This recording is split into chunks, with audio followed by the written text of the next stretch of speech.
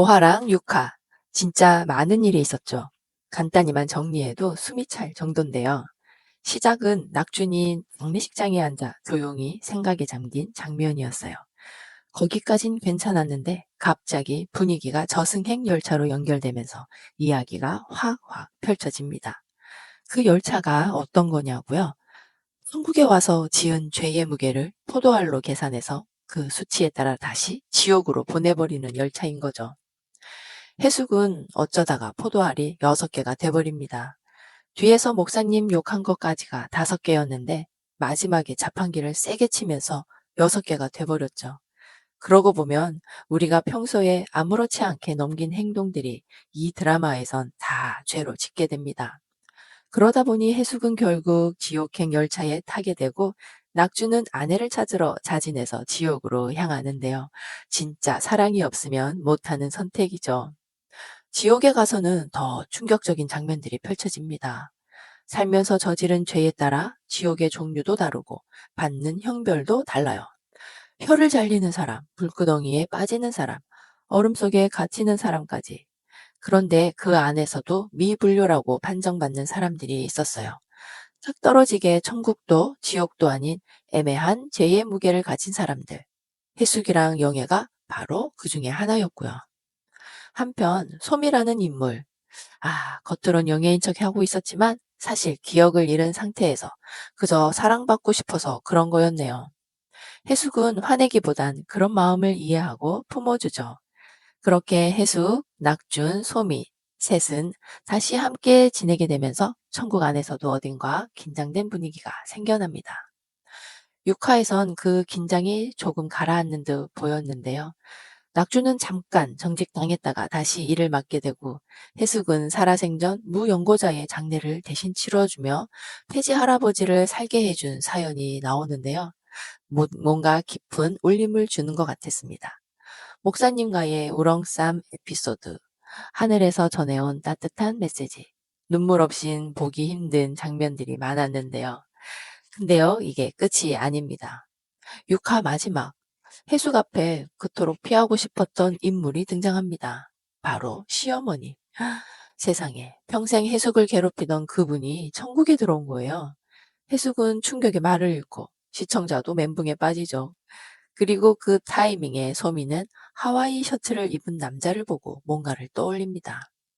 기억의 문이 열릴 준비를 하고 있었던 거죠. 자, 이렇게 7화가 시작이 되는데요. 천국, 말은 천국인데 분위기가 이상해요. 그 조용함이 뭔가 불길한 느낌. 해숙이 아침에 마당을 쓸고 있는데 어디선가 익숙한 발소리가 들리는 거죠. 설마 했죠. 근데 맞아요. 시어머니죠. 생전에 평화를 깨던 그녀가 죽어서도 다시 해숙 앞에 나타난 겁니다. 이분요, 말도 안 되는 자신감으로 천국에 왔어요. 나는 교회도 다니고 봉사도 했고 평생 바르게 살았지 하면서 천국이 마치 자기 집인 것처럼 군림하는 거죠. 문제는 그 손끝이 또 해숙의 삶을 후벼 판다는 거예요. 된장국 간이 어떻고 수건을 왜 그따위로 개냐고 숨통이 트일 줄 알았던 해숙은 다시 예전 그 지옥 같은 삶으로 끌려가는 기분이었어요. 여기서 시청자들도 같이 분노합니다. 진짜 이 시스템 괜찮은 거 맞나? 겉으로 착한 척만 하면 천국 오는 거고 마음이 괴롭고 상처 주는 사람은 필터링도 안 되는 거냐고요. 해숙의 눈빛은요. 이제는 슬픔도 분노도 다 지나간 공허함이에요. 그 사람 하나 때문에 다시 삶의 온기를 잃어가는 모습. 하지만 여기서 끝이 아닙니다. 시어머니의 등장은 단순한 갈등 요소가 아니에요. 이건 시스템 자체에 대한 의문을 던지는 시발점이에요. 천국이라는 곳이 정말 의롭고 선한 사람만 가는 곳이라면 어떻게 해숙 같은 사람이 지옥행 위기에 처했고 시어머니는 버젓이 천국에 입성했을까요? 시청자들은 분노 속에 질문을 던집니다. 선이란 대체 뭘까? 누군가를 웃게 한 선행보다 누군가를 울린 언행이 더 깊은 흔적을 남긴다면 시스템은 그걸 계산에 넣고 있을까요? 해숙은 그런 의문을 가슴에 품은 채 꾹꾹 눌러 삼킵니다.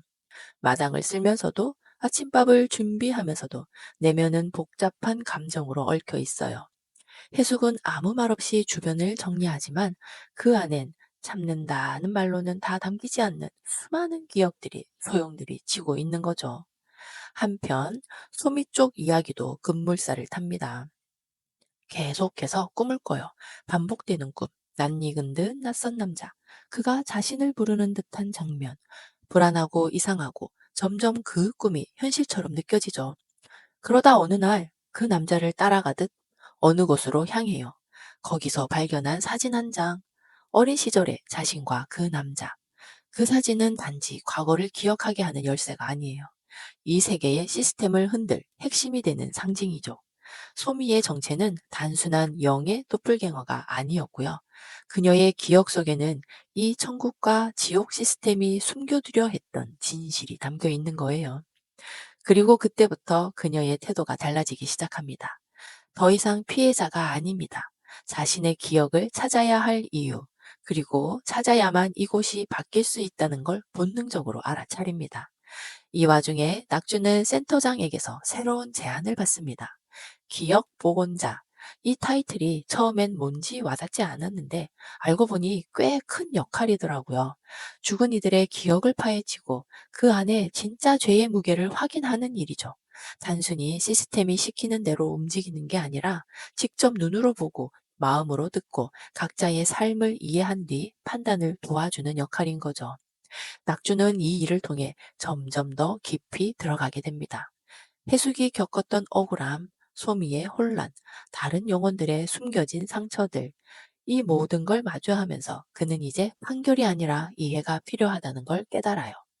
그리고 드디어 시어머니의 판결날. 많은 이들이 기대도 하고 반쯤 포기하기도 했죠. 해숙은 솔직히 아무 감정도 없어요. 기대도 희망도 없이 그냥 조용히 앉아 있을 뿐. 하지만 센터장은 그녀의 삶을 하나하나 짚어요.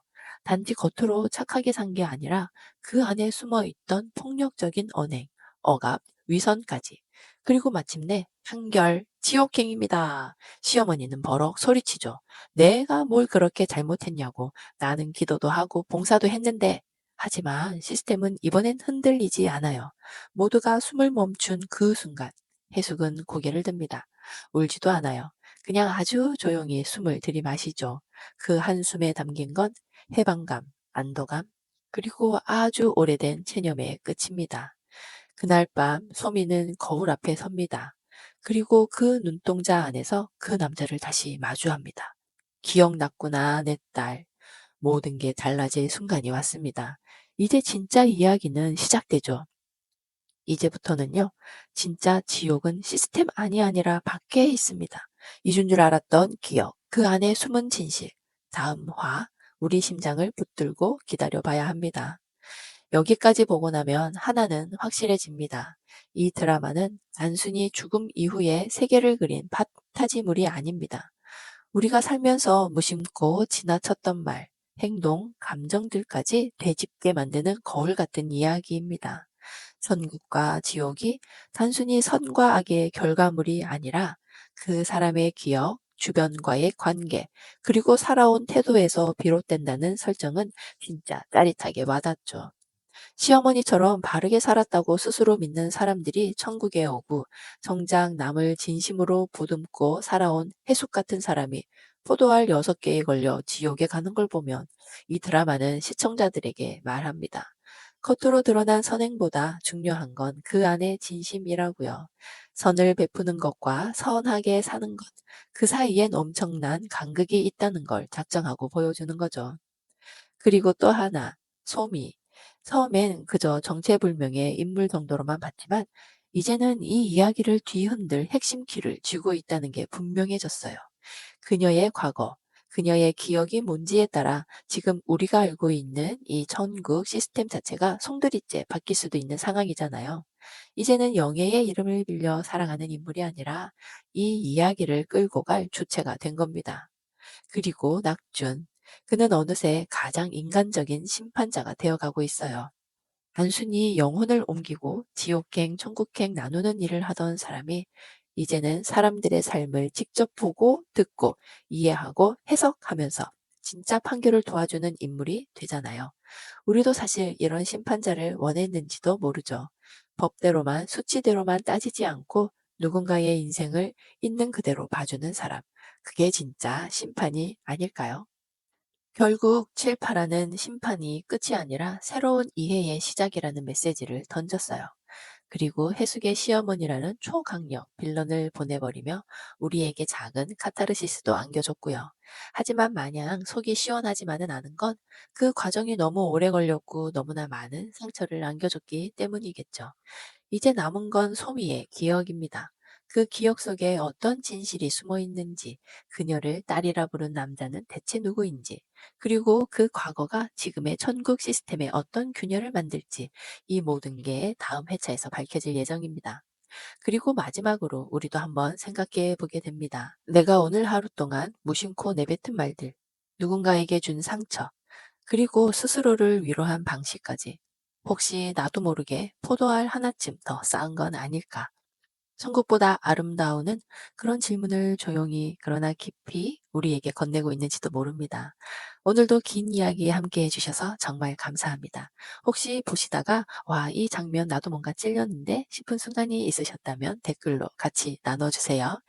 좋아요, 알림 설정, 구독 잊지 마시고요. 저는 다음에 또 다시 찾아뵙겠습니다. 감사합니다.